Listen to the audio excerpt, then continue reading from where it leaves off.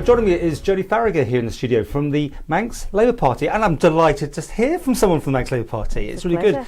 Particularly though, we've had a chit-chat that it's about the green issues. That's what you've been given. And at a time when the Green Party, the Isle of Man, is reinventing itself, suddenly is the Isle of Man going green? Oh, I'd love to think so. That would be a really great thing for us, especially in light of current revelations from world scientists that we really need to change our ways and start living a more green lifestyle. So. And you put a press release out about that recently. I mean, a lot of scientists, this is like, everyone's got together and pretty well saying there is a trouble ahead, right? I mean, with the temperature rises. Over to you. What can we do about it? Yeah, so what we're talking about here is human-induced climate change as opposed to that which occurs naturally.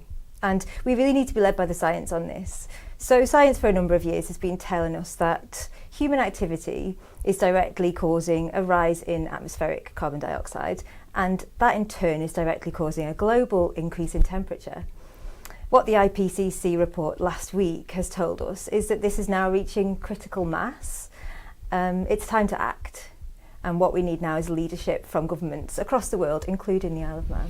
Well, I suppose people think, what can we do? I mean, the little Isle of Man, have we really got a place to play in the global view of this? That's what a lot of people say. Yeah, first of all, what I would say is that the IPCC report calls for governments worldwide to take action on this. It doesn't exclude any governments because they're on a smaller scale. And the second part of that is, if we do just leave it to the big countries, who will we be leaving that to then? That would be America, China.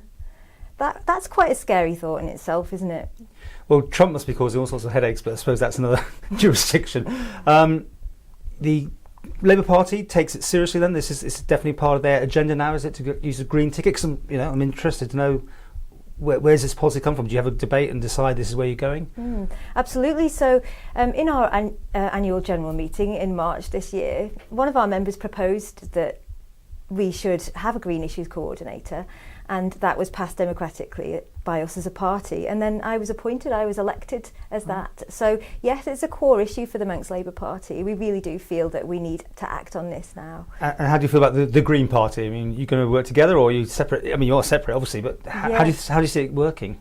It's not something that we've had any formal discussion about, but I'm really, really excited to see that the Green Party has got up and running again, and I'm really looking forward to some positive changes being made by us in tandem in future. Well, just this week, in fact, just yesterday, the big news about there's going to be looking for gas off the Irish Sea coast in the Isle of Man, of course, in our territorial waters. Green Party's already said they're worried about it. What's your take on it? Yeah, I find this to be really worrying. I mean, especially in light of the IPCC report last week, DEFRA haven't released a formal response to that. And Geoffrey Boot, as the Minister for DEFRA, has stated that we are really doing all that we can in terms of climate change mitigation. So it seems like the government's first response to this sobering report from the IPCC is to announce that we are going to be drilling for gas off the coast of Mackald, which is harmful. It's damaging to the local environment, and we are a biosphere status after all. And it's fossil fuels which we need to move away from. So there's really very little good to say about it. Will you be protesting as such then as a party yet? I mean, you could have a meeting to decide what you'll say about it. Absolutely. Yeah. I'm still dealing with a lot of the press releases from the IPCC report, but that's something that I'll be turning my attention to next. Absolutely. And hoping to get some local petitions, and I've emailed both of my MHKs about it, and it's definitely something that we'll be moving on to. And should we all be in electric cars and having solar panels on the roof? Is that the way it's going to go, do you think? That would be great, yes. Brilliant start for individuals to do as well. That's one of the things that the IPCC report says as well. This is not just about governments and the corporate world. Individuals can make a real difference, and that's in about the choices that we make, like you say, electric vehicles, public transport, solar panels.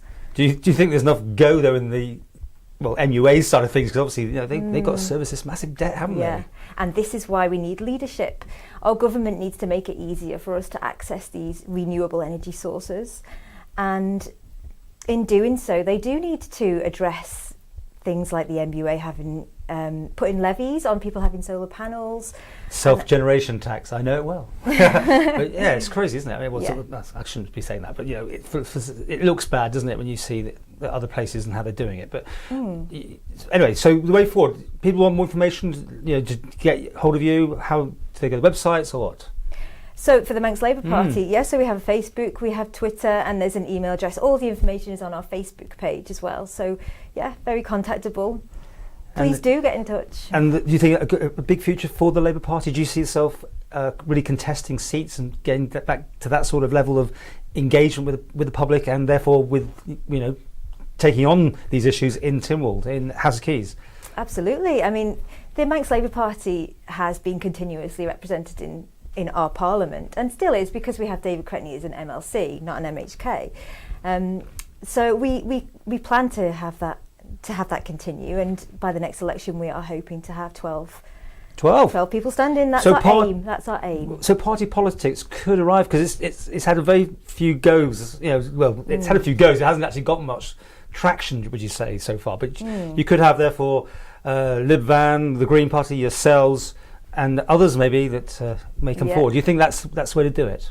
Party politics? Yes, I think that party politics will work over here on the island, because I think that what the general public say to me that we are really lacking is accountability. And you have that with a political party. You have accountability, and I think that is something that will be a really positive facet of the political sphere in future. Well, the day of recording this is the third term of the Quayle administration as such, they're their first Tynwald. So there's 3 of those, and then who knows, What you got good hopes you can see it happening? Absolutely, high hopes, always.